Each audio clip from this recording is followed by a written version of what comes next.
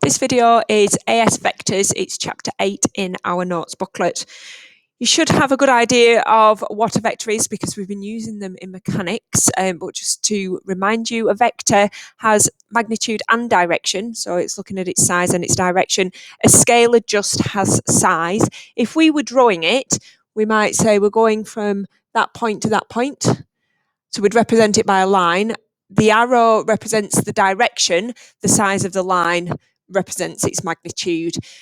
We would write it with a lowercase letter because we can't write in bold. So if I was typing, I would write it in bold. But if I am writing it, I underline it just so I can distinguish it from a general variable like x plus y, where we haven't underlined them. We know we're not dealing with vectors. If that line segment is joining 2 points, A and B, we can write it like that. So we've got A and B with an arrow over the top. That's telling us which direction we're going in. If I wanted to go in the opposite direction, I could write it like that. So I've got B, that says we're going from B to A. In terms of this diagram up here, that would be represented by minus A, because when I go from B to A, I'm going in the opposite direction to the arrow. So I'm working against that. When two vectors are equal, that means that they're taking the same distance in the same direction. They don't have to be located in exactly the same place. So if you look down at the bottom of this screen now, I can draw vector A over here, and it has the same length as this vector A here, and it's going in the same direction. They represent the same vectors. If they're parallel, that means that I can do a scalar multiple. So that's where we're multiplying it by a numerical value. If I was to draw that, it would be the same as just putting another vector A onto it. And then when I add them up, I get 2A. As I've already mentioned, if we're going in the opposite direction, then we would use a minus sign. So looking at this example here, so example 1.1. Given the vector 5a minus 4b equals that, where a and b are non-zero, non-parallel vectors, find the values of the scalars s and t. Notice that the scalars are not in bold, so s and t is not in bold. Now, if those two things are equal, what that means is in the direction of a, which is 5 from this vector here, that has to equal the direction of a on this vector here. So we end up with 5 is equal to 2s plus t. And then when we look at vector b, I've got minus 4 from the first vector. That has to equal s minus t in terms of that second vector, if those two vectors are equal to each other. So you should recognise this now as simultaneous equations, and it's quite nice simultaneous equations because these two have the same coefficient in t, in terms of the size of it being 1. So I can just add those two equations together and that will eliminate t. So we end up with 1 is equal to 3s, therefore s is equal to 1 over 3. Substituting that back into either equation, we've got minus 4, choosing the second equation, is equal to a third minus t.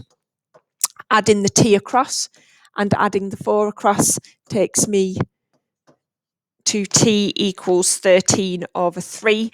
And obviously, all good mathematicians would check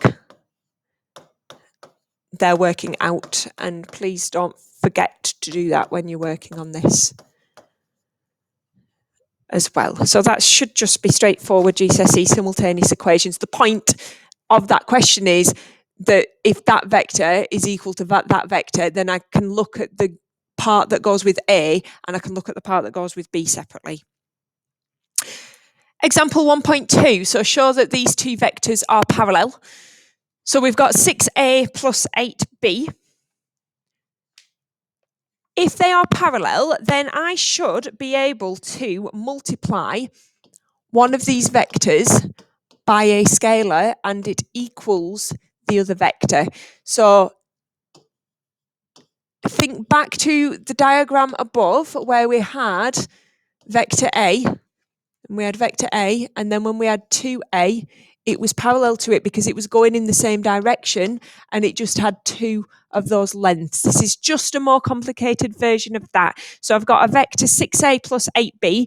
If it is parallel to 9a plus 12b, then I must be able to multiply that by a variable. You could, sorry, a scalar. You could do this on the other side. So you could have written m bracket 6a plus 8b is equal to 9a plus 12b. You can use any letter you want. Using the same principle as above, so I've got 6 is equal to 9m. Therefore, when I divide through by 9, I get 2 over 3 is equal to m. I would then need to show, if I'm showing that these vectors are parallel, I would then need to show that that works for b as well. So the direction of b. So then when we divide through by 12, we get 2/3 again. And then because the question is to show that, it must have a conclusion on it. So we can just say, therefore, they're parallel. There are a number of ways of showing that. So it might be that you take this vector and spot that you can factorise out a 2. So if we factorise 2 out from there, and then looking at this vector here, we can factorise out a 3.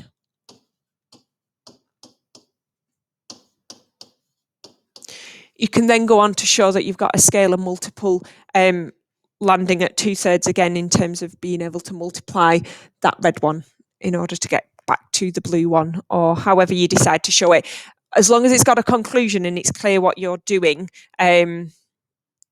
then you can show that they're parallel just because of the scalar multiples.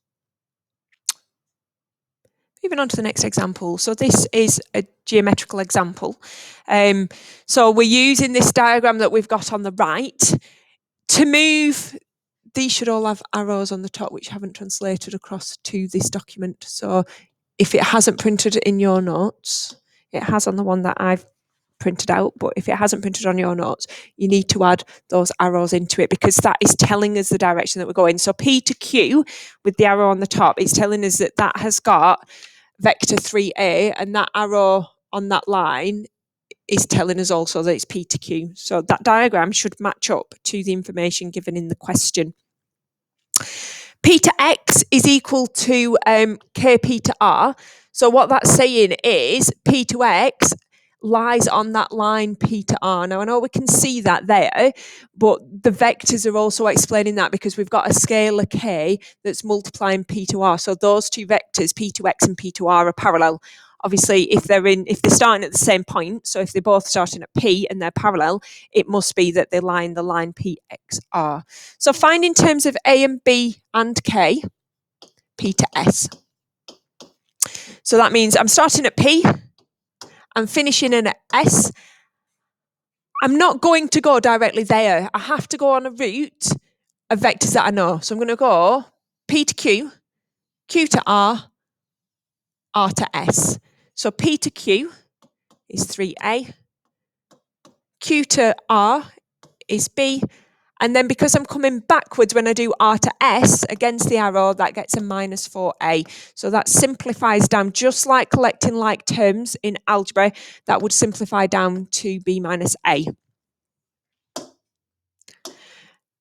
B. So when we're doing P to X, we know from the question that P to X is equal to K P to R. So I'm going to use P to R. So that starts at P, P to Q, Q to R. So that's just 3A plus B.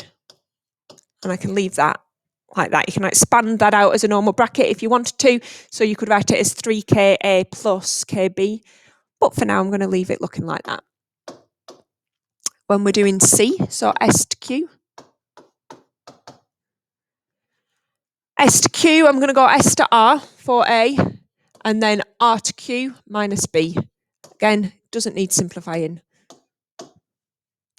And then S to X. Now, when we're doing S to X, I can't get there directly. So I am going to do S to P. and then use p to x, because that is something that I already know because I've just worked that out up here. So we know that vector. I suppose you might find it useful to draw that on so that you can see exactly which vectors you've already found. Now you have a couple of options with S to P. You can either work it out from the beginning. So S to P is 4a minus B minus 3a, or you can spot that S to P is the negative of P to S. So I can use my answer from part A and then my answer from part B.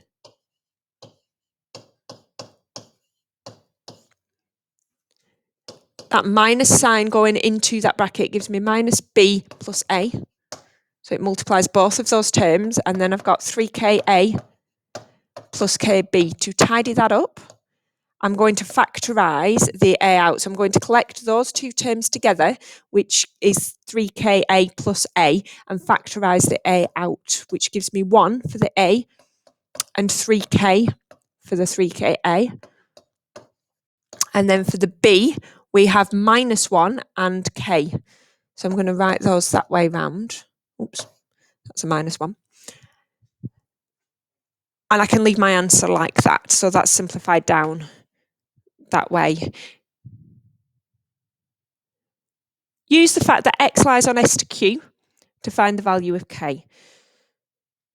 So what that is telling us is that S to X is parallel to S to Q. So I'm going to use S to X and X to Q here. So S to X is parallel to S to Q. So I know that there's some scalar multiple in there if they're lying on a straight line. So plugging in the answers that I've already got, we've got A, 1 plus 3K, plus B, K minus 1, is equal to M lots of 4A minus B. So it's plugging in the answers from C and D. Now, using what we were talking about in the previous example, we can now compare the coefficients of A and the coefficients of B. So when I'm focusing on A, I've got that. So we've got 1 plus 3K is equal to 4M. And when we're looking at B, we have got K minus 1 is equal to minus M.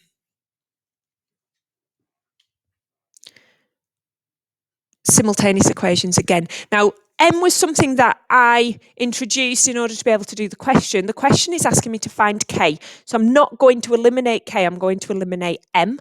So using this equation here, if I add M across, and then take the other two things to the side, that's 1 minus K. Alternatively, dividing through by minus 1, multiplying through by minus 1 would get you to the same conclusion. Let's just make some room here. Substituting that into the other equation. So we've got 4M is equal to 1 plus 3K. Expanding. Collecting your like terms. And then dividing through. If you then want to go on and find M in here and then you can check it back in there, then you can do that. It should be something you should do quite quickly on your calculators. So the final example in this section. So what I would advise you to do with any question like this is draw a diagram. So we've got OAB is a triangle. Now, when we are talking about position vectors, so when we're focusing on this, that starts from the origin. So we're talking about that point there in terms of the x and the y axis. And when we're doing vectors, the origin can be anywhere that we want it to be in order to deal with the situation. So what we've got here is the origin, point A and point B. It doesn't matter really where they are. We're just drawing a diagram to help us work out what the calculation is going to be. So I've got this triangle, or AB, where points A and B have position vectors A, B respectively. So what that means, because it's a position vector, that means it's O to A is equal to A, and O to B is equal to B. I'm starting at O both times, so that's what position vector means. So on the diagram, O to A is equal to A, and O to B is equal to B. It looks like that. The point P divides AB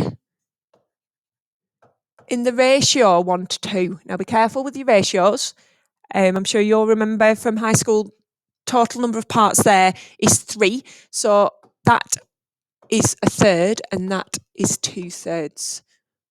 Okay, so don't make the mistake of going for a half. So then what I can do is I can work out the position vector of P. Position vector starts at the origin, so it's asking me to do O to P. And I can do that by going O to A, add A to P. Once you've got that diagram, this should be quite straightforward. Now O to A is equal to that vector A, and A to P is equal to 1/3 of A to B. So working out what A to B is, so just take it one step at a time, never try and do too much as you go through. I'm starting at A, I'm going that way, so I'm going against the arrow, so that's minus A, back to the origin, and then I'm going towards B. Always going along the routes that you know.